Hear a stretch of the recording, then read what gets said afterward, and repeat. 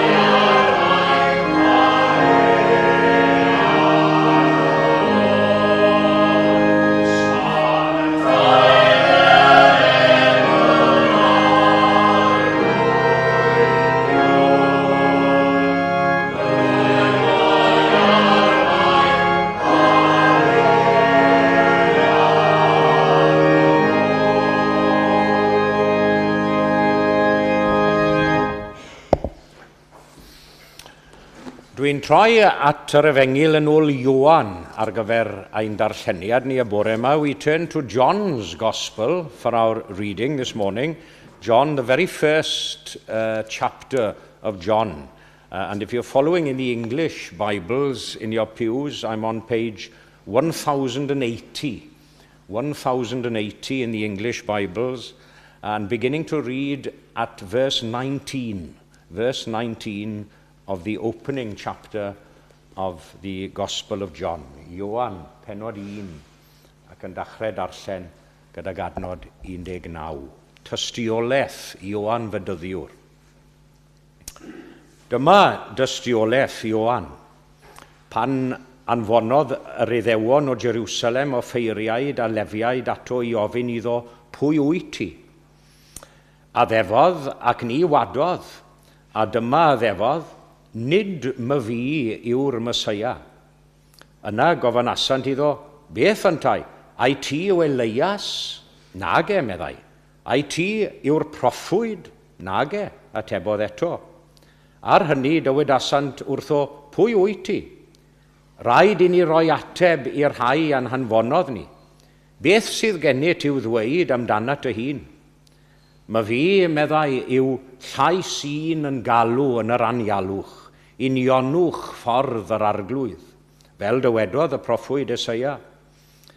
Yr oeddent wedi ei hanfon gan y Phariseaid a'i holasant ef a gofyn iddo, pam yntau yrwyt yn bedyddio os nad wyt ti na'r Meseia nac Elias na'r proffwyd? Atebodd Ioan hwy, yrwy fi'n bedyddio a dŵr, ond y mae yn sefyll yn eich plith un nad ydych chwi'n ei adnabod. Yr un sy'n dod ar fy ôl i, nad wyf fi'n deilwng i ddatod carau a'i sandal. Dywedodd hyn y Methania a tu hwnt i'r Iorddonen, lle roedd Ioan yn bedyddio. Tranoeth, gwelodd Iesu'n dod tuag ato a dywedodd, dyma oen Duw sy'n cymryd ymaith bechod y byd. Hwn yw'r un y dywedais i amdano. Ar fy ôl i mae gŵr yn dod sydd wedi fy mlaenori i, oherwydd yr oedd yn bod o'n blaen i. Nid oeddwn unain ei adnabod, ond deithim i yn bedyddio a dŵr mwyn hyn, iddo ef gael ei ymlygu i Israel. A thystiodd Ioan fel hyn, gwelais yr ysbryd yn disgyn o'r nef fel colomen, ac fe arhosodd arno ef. Nid oeddwn unain ei adnabod, ond yr un am hanfonodd i fedyddio a dŵr, dywedodd ef wrthyf, pwy bynnag a gwelid i'r ysbryd yn disgyn ac yn aros arno, hwn yw'r un sy'n bedyddio ar ysbryd glân. Yr wyf unai wedi gweld ac wedi dwyn tystiolaeth, mae mab Duw yw hwn. Ychwanegau Duw i fendith at y darllen a'r gwrando hefyd o'i air. Ac fe unwn ni gan i ymhellach yr ail emyn, sef rhif 7, number 7. Number 7. Geiriau hyfryd Noel Gibbard. And you see, he asks for us to have Christ's eyes in the first verse. Ro i ni lygad Christ I weld. Then he asks for Christ's hands. Ro i ni ddwylo Christ in the second. Then he asks for us to have Christ's heart. Ro galon Christ I ni wrth weli'r claf. And then, ro i ni sgidiau Christ. Give us Christ's shoes for us to walk in his ways. A dyna'r ddwy linell allweddol, o cuddia ni mwyn dy ddangos di, y dyn dros eraill yw ein harglwydd ni. Geiriau hyfryd Noel Gibbard. Diolch.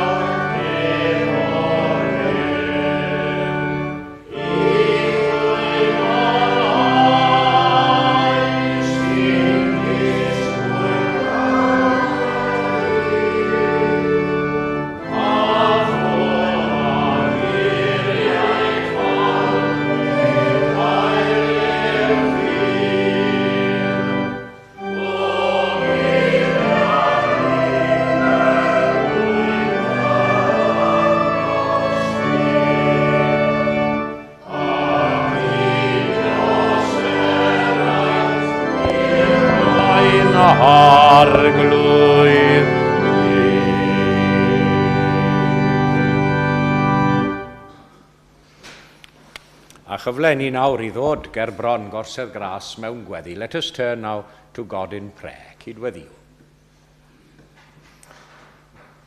Arglwyddain Duw, I ni'n dod unwaith eto ger dyfron di yn awr mewn gweddi ac mewn ymbil.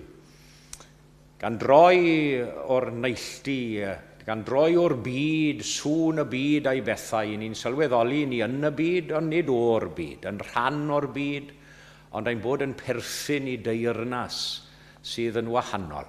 Ac I ni'n diolch I ti am gyfle I ffoi am enid, ac I ganolbwyntio ein meddyliau arna ti. Eternal God, we come before you once more now in prayer, and we ask for your guidance and your strength and your forgiveness in our lives. We come to share fellowship with one another, which is a lovely thing to do, but more importantly to share fellowship with you, the maker and creator of all things. And we ask you to accept the praise we give now, accepting us as living sacrifices on the altar of your service. A rwy ti yn gryfach nag y gallwn ni ddirnad fydd, yn fwy nag y gallwn ei ddychmygu, yn ddoethach nag y gallwn ni ddeall. Yr holl gyfoethog ddiw, medda'r emynydd, a'i olid ni leihha, un dafn o'i fôr sy'n fôr I ni, nesau at ddiw sydd dda I ni. A dyna beth a dywedwn ni nawr gyda'r salmydd ar y mynydd gynt, mae nesau at a ti sydd yn dda I ni, un heneidiau a'n bywydau ni. You have come to us and into our world through Jesus Christ, and offering us all new life through his love and his life and his sacrifice. And you call us all to be his disciples, and speaking to us through his life and ministry, and through his death, as we'll be celebrating once more around the communion table this morning. But forgive us, Lord, that we all too often choose not to hear his message of love and reconciliation between one another. Forgive us that we all too often refuse to listen.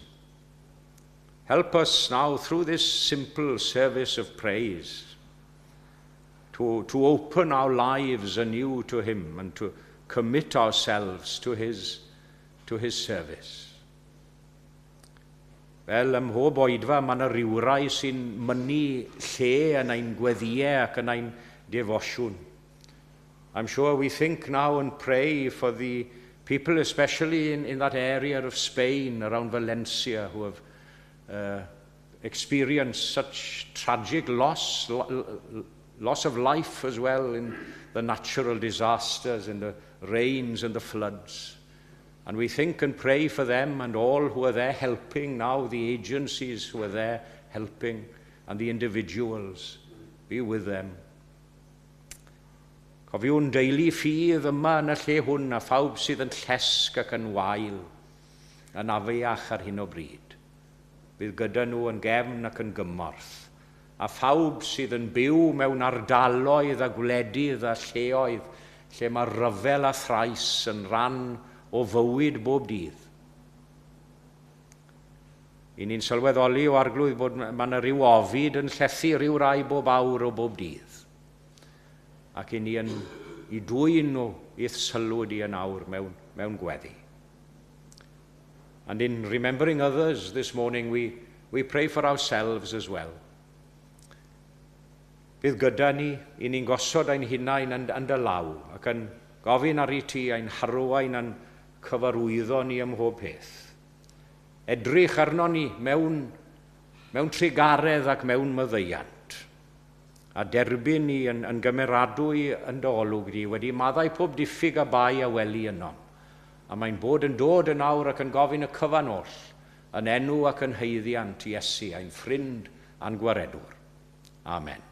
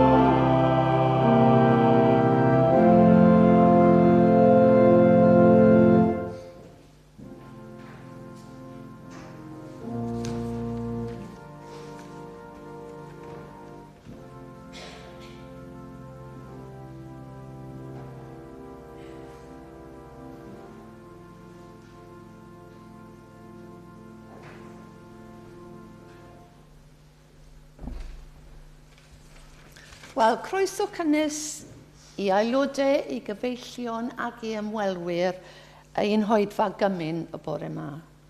A croesawn hefyd bawb sy'n ymuno â ni ar y we. A very warm welcome to members, friends, and especially our visitors from America to our communion service this morning, as well as those, of course, joining us on YouTube. A diolchwn i'n gweinidog am ei arweiniad ac I Mike am ei gyfeiliant wrth yr organ. Bydd cylch trafod am hanner awr 4 a heno am 6 bydd rehearsal ar gyfer y gymanfa ganu. This evening at 6 there'll be a rehearsal for the gymanfa ganu. And to follow there'll be a gathering of the popular Chapel Curry Club with a change of menu this week, and it's at Rudy's Pizza Napolitana in Tottenham Court Road. Dydd Sul nesa bydd yn gweinidog wrth y lliw yn oedfa'r bore ar Sul y Cofio, a bydd yr oedfa'n cychwyn am 10 munud 11. So next Sunday's Remembrance Day service with our minister in the pulpit will begin at 10:50. Nos Sul nesa cynhelir cymanfa ganu'r cofio gyda Catrin Hughes, Llanelli'n arwen a Will wrth yr organ. Gobeithio gall nifer honno ni fod yma I gyfnogi'r achlysur anesyddol hwn.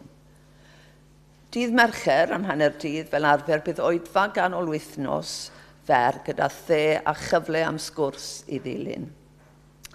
After November the 20th midweek service, there'll be an organ recital at 1:05 with Thomas Allery, Director of Music, St Mary Le Beau, and Assistant Director of Music at the Temple Church performing.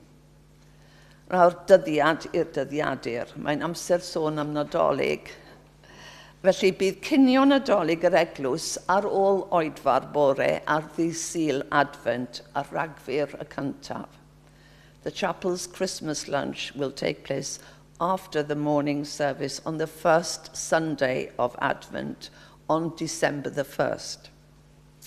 And we'll be using outside caterers as we've done for the last few years, with the cost of the lunch being at least £30 a head. A bydd angen gwybod faint ohono ni'n sy'n bwriadu ymuno yn y cino. Wrth gwrs mae croeso I bawb beth bynnag y gallwch chi gyfrannu tuag at y gost. Please, could you write your name on the list in the lobby so that we need to inform the caterers in the next few weeks. Mae Rob wedi bod yn fis iawn fel arfer. Mae wedi paratoi rhaglen y gymdeithas ar gyfer blwyddyn nesaf yn barod, yn edrych yn rhaglen ddiddorol iawn, a mae copies o'r rhaglen hefyd ar y ford yn y lobby.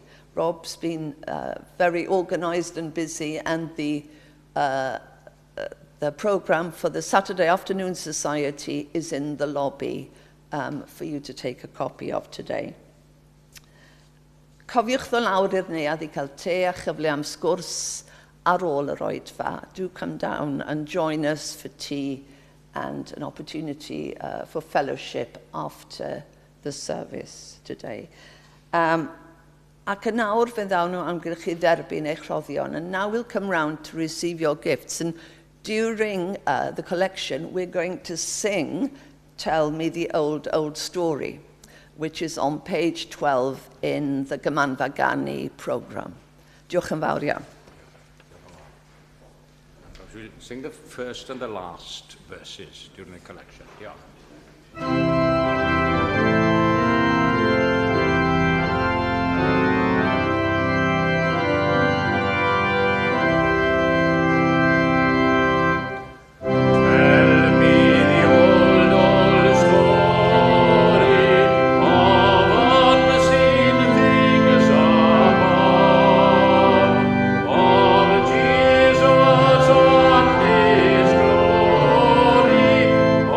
Jesus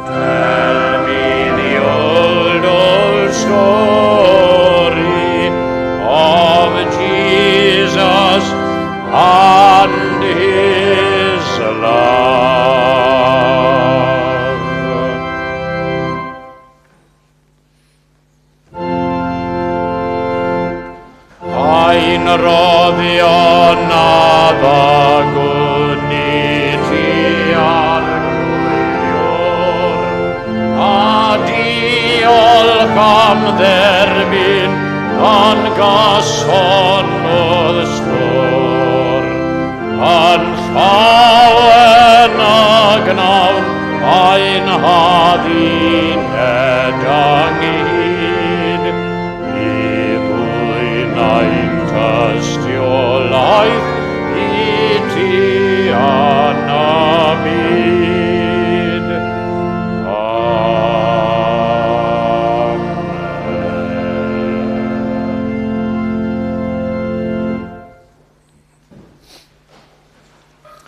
Iawn, wel, soniodd Ann am raglennu'r gymdeithas, and as I say every year, please take, there are enough copies for you to take a few, and it's a good way of evangelizing quietly in the background, perhaps giving them out to friends and family, and bring them along to the Saturday afternoon society. Who knows? That will bring them into the fold of the church, maybe. And, of course, I say this every year to remind you that the Remembrance Sunday service starts at 10 to 11. And I say this in the nicest possible way. Perhaps those who arrive at a leisurely pace, usually, remember that we are starting early next week in order to have the minute silence or 2 minute silence at 11. So the service will be starting at 10 minutes to 11. Bore Sul nesa. Felly, fe ganwn ni, gyda'n gilydd, yr emyn nesa, sef rhif 6, rhif y chweched. Bryn Gogarth. Angrediniaeth, gad fi'n llonydd. Onid mi godaf lef o'r dyfnderoedd lle rwy'n gorwedd I fyny'n lan I ganol nef. Brawd sydd yno'n eiriol drosof. Nid wy'n angof nos na dydd. Brawd a dirf a holl gadwynau. Brawd a ddaw ar caeth yn rydd, a dwi'n hoff iawn o'r rwy'n dyfynnu'n aml y ddwy linell ola nawr ail bennill, mai eiddyl yw fe enw, eto I gyd rwy'n ennill tir. Yeah? I ni'n cymryd cam yn ôl weithiau, ond mon bod ni'n mynd i'r cyfeiriad iawn, eto I gyd rwy'n ennill tir. Rhif 6.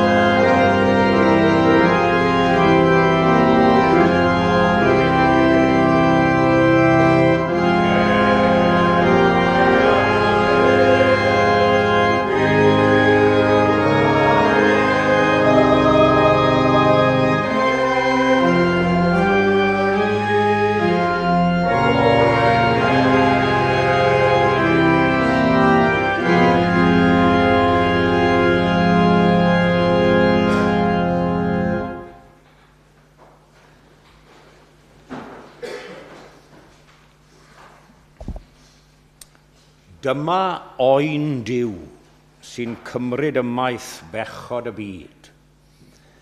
Neu falle dal yn fwy cyfarwydd i rai ohonoch chi yn yr hen gyfieithiad, yr hwn sydd yn tynnu ymaith bechodau'r byd. Behold the Lamb of God, who takes away the sin of the world. Nawr, holl bwrpas a diben bodolaeth Ioan y Bedyddiwr oedd I ddwy'n tystiolaeth I Iesu Grist. The whole reason for John the Baptist's existence as a human being is Jesus Christ. That's why he's placed on earth, really, in order to bear witness to Jesus Christ. And wouldn't it be lovely? What was that song from My Fair Lady? Wouldn't it be lovely? And wouldn't it be lovely this morning if it was the same as far as we were concerned, that it could be said about us all, for me to live is Christ, and that our lives couldn't be understood apart from within their context to Jesus Christ. Take him out of your life and his influence on your life, and your whole character and your whole being would be meaningless. Wouldn't that be a lovely thing to say? Os oedd dim yn debyg I Ioan y Bedyddiwr, byddwn yn dod o hyd ymherson Iesu a'i holl hanfod ein bodolaeth ni, fel unigolion. A dwi'n tystiolaeth a gogoniant iddo fe, fydd holl gynnwys a nod ein bywydau. Now, when Jesus was first introduced and announced by John the Baptist in this section of Scripture, the section that I read at the beginning of the service, I believe that it's very significant in the way in which he was described.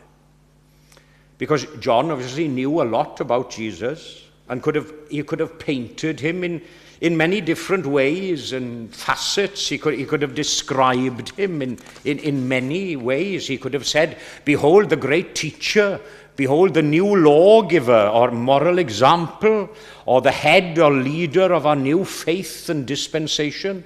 But no, he proclaimed Jesus as the one who came into the world to be the great sacrifice for our wrongdoings and our sins. Behold the Lamb of God who takes away the sin of the world. Pan fo edifeirwch yn destun y bregaeth, rai taw Crist yw pwnc y cynnwys. Fe sy'n rhoi holl ystyr i'r cyfan.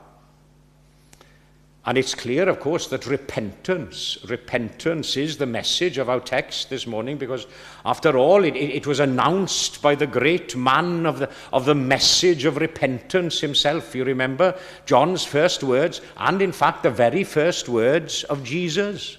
Repent, edifarhewch, canis nesaodd teyrnas nefoedd. And that particular age and time in history needed an example as badly as our days do, and every other age that went before and will come after. There was an old lady in our congregation in Penclawdd, and whenever the minister would preach on sin, she'd say, oh, I know we're sinners, but we don't need to be reminded of it all the time. Well, with all due respect to Annie, she was a lovely lady, Annie, we do need to be reminded of it, and more often than not. Ac mae Ioan yn y fan hon, mae'n deall beth yw beth, yn dyw e. Mae'n deall beth sydd I ddod yn gyntaf, beth yw'r flaenoriaeth, yn sylweddoli beth sydd angen ar y bobl yn yr oes honno ac ym mhob oes a chenhedlaeth wedi hynny yn wir, sef gwaredwr, y Saviour. That's what was needed then, and that's what's needed now, and will be needed forever. Beth sydd gennym ni felly? What do we have in these few short words as our text this morning? Behold the Lamb of God.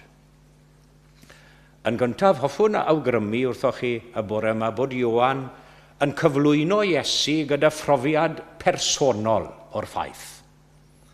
John introduces Jesus with a personal experience of the fact. Now, when anyone says, behold, Behold, which is a rather old-fashioned turn of phrase these days. All of the more recent translations put it like this, the Good News Bible and the New English translation. There is the Lamb of God. Or dyma oen Duw yn y Gymraeg. Here is the Lamb of God. And in order to say that or to introduce someone like that, I'd suggest that you need personal experience. There is my mother or my father. Here is my brother or sister. Personal experience.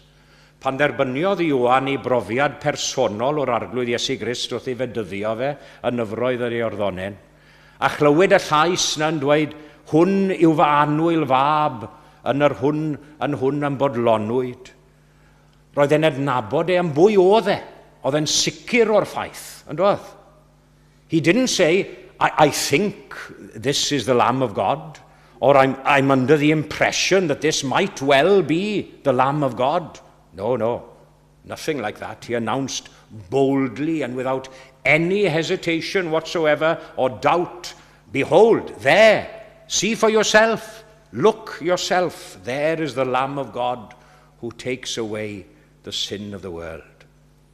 And I hope and pray this morning that each and every one of us know for ourselves through personal experience and belief in the fact that Jesus is the Lamb of God. Taw Iesu yw'r aberth trosom fel y byddwn yn dathlu yn nes ymlaen. Taw fe yw'r iawn a dalwyd ar y groes. And that in and through him we are reconciled with God and reconciled to each other as brothers and sisters in Christ, in one family of faith. It was a personal experience with John, and so it should be, and hope it is with all of us this morning. And after suggesting that John introduces Jesus with an obvious personal experience, I'd like to say in the second place that he introduces Jesus very, very explicitly as the sacrifice of God and no one else. Behold the Lamb of God. Wele oen Duw, neb arall. Because these words and this reference to the sacrificial lamb, of course, they contain a great depth of meaning and symbolism. If you remember, under the old Jewish law, the old dispensation, if a person sinned, he'd have to find a lamb in order to sacrifice. He'd either have to give one of his own, which would be pretty expensive, it would be a loss for him, give his own lamb, or buy another one from a local farmer or something in place of his own trespasses. Thank God literally, that we don't have to go out and find a lamb this morning. Dear me, I think the farmers' marts would be overrun with people needing to buy lambs. God has provided a lamb already, hasn't he? He's provided the lamb, we don't have to look. And all we have to do is to accept and to believe in Jesus as the Lamb of God. Yr oen a laddwyd teilwng yw, meddai Gwilym Hiraethog yn un o'i ymynau, ac uned pob creadur byw, yw foli ag uchelef. Yeah, God gave him up for us all, and God's Son became God's Lamb. Felly carodd Duw y byd, God so loved the world, that he gave his only begotten Son, that whosoever believeth in him should not perish, but have everlasting life. And then thirdly, after the evident personal experience, and then the explicit reference to Jesus as God's sacrifice, in these words, John the Baptist refers to the total sufficiency and all-encompassing nature of that divine sacrifice. Behold the Lamb of God who takes away the sin of what? Of the world. And tynnu ymaith bechodau'r byd. You see, there's no limit. There's no limit to his sacrifices. There are no confines at all. All sorts of people of all races, in all places, and in all degrees of sinfulness, if there is such a thing as that, because a sin is a sin, wedi'r cyfan.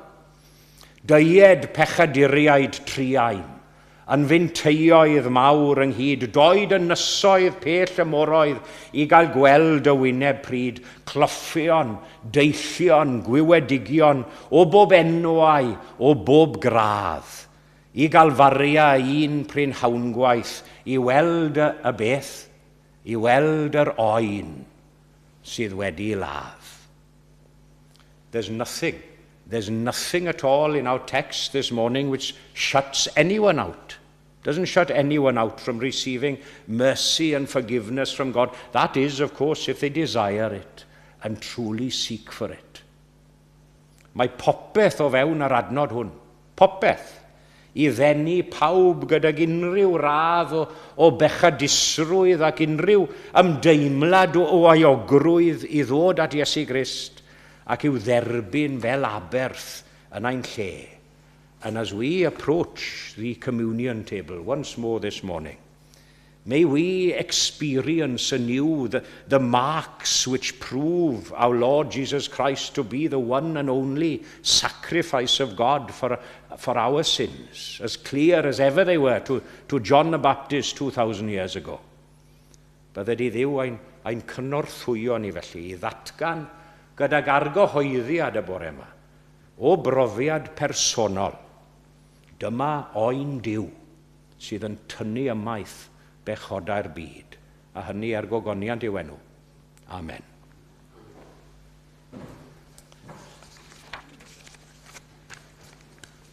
And we sing together as we come to the communion table. Hymn number 9. Hymn number 5. Hymn number 5. Tydi fi'n rhodio ffordd y maes rôl torri grym y bedd, yn yna mewn calonau oer y fflam o ddwyfol hedd, ac yna'r pennill ola yn addas wrth ddod at fwrdd y cymyn. Tydi fi'n torri'r bara gynt, tyrd eto atom ni, a dwg ni oll o gylch y bwrdd, i thlwyr adnabod di.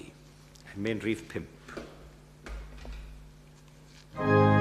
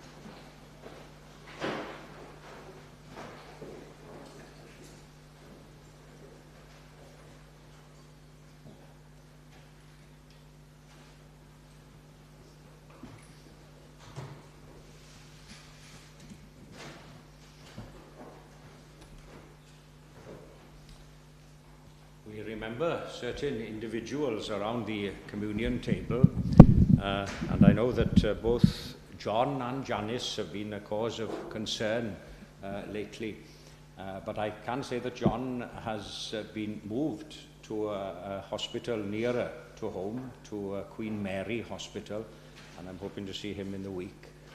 And of course Janice is at home, so we think especially of those. And for others, of course, with ongoing illnesses and treatments, we think of you now as we meet around the communion table. Felly, gobeithio bod pawb wedi cael llyfr y mynau hefyd I adrodd cyfamod eglwysig, the church covenant. Hopefully, I mean, I still don't know it off by heart, but perhaps in time we'll be able to recite this without looking at the books. Ond wedwn ni gyda'n gilydd y cyfamod eglwysig. Gnawn yma gyfamod a'n gilydd trwy cymorth Duw I rodio yn ei ffyrdd, I arddel Iesu Grist yn arglwydd ac yn wyredwr, I geisio arweiniad yr ysbryd glân, I ddarllen yr ysgrythurau, I fod yn ffyddlon o fewn ein gallu i'r addoliad cyhoeddus, I gario beichiau ein gilydd, I wneud ein gorau I rannu'r efengil, ac I adlewyrchu cariad Crist yn y byd. Ac fe ddarllenwn ni yn ôl ein harfer, we read, as is our tradition, from Paul's first letter to the Corinthians, where he notates the Last Supper. Canis ma fi a dderbyniais gan yr arglwydd yr hyn hefyd y draddodais I chwi, bod i'r arglwydd Iesu yn os y brydychwyd ef gymryd bara.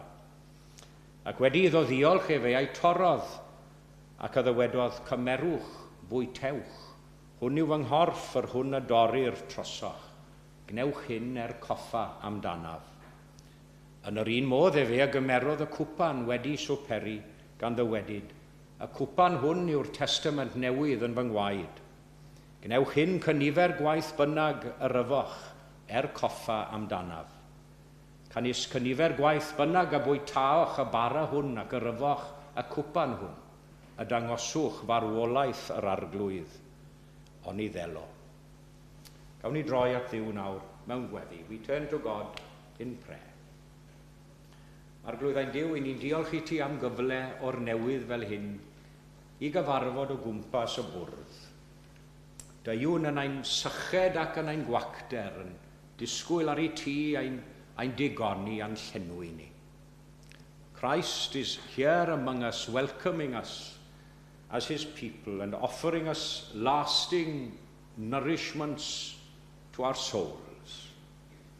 Fel y bendithiodd Crist a'i bobl ar hyd y cenhedlau, I ni yn dod nawr gan gyflwyno ein hunain o'r newydd iddo fe. Ac o fynwn hyn yn I enw glân a sanctaidd ef. Amen. Ar nos y bu Iesu gyda'i ddisgyblion yn yr oruwch ystafell, I ni'n cofio iddo gymryd y bara a'i bendithio, a'i rannu gyda'i ddisgyblion gan ddywedid, hwn yw fy nghorff yr hwn a dorri'r trosoch. Cymerwch a rhenwch yn eich plith, a chynifer gwaith bynnag ac a gnewch hyn. Gnewch coffa amdanaf. Bwytawn bawb o hwn.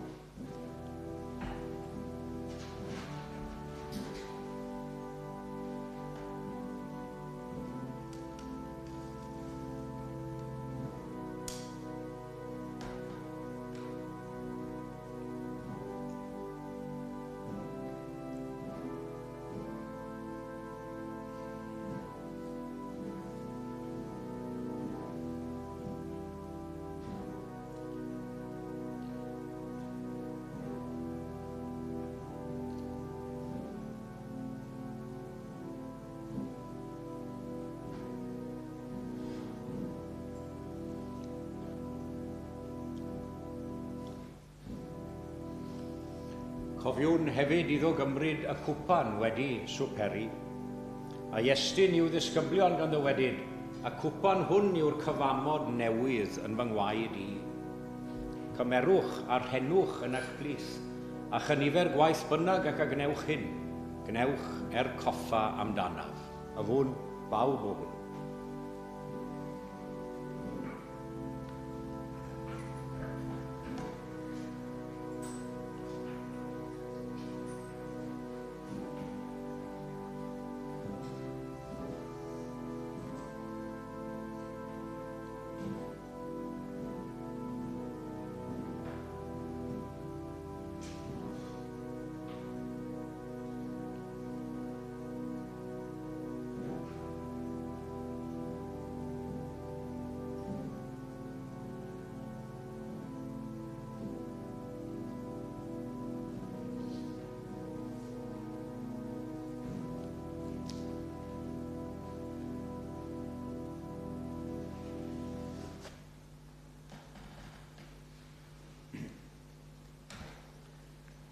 Fe ganwn ni gyda'n gilydd ar ein heistedd. We sing seated to conclude our communion service. Mi glywaf dyner lais yn galw arna fi I ddod a golchi meiau gyd yn afon Calfari. Arglwydd, dyma fi ardalwad I. Golch fi'n burlan yn y gwaed a gaed ar Galfari. Rhif a nawfed number 9.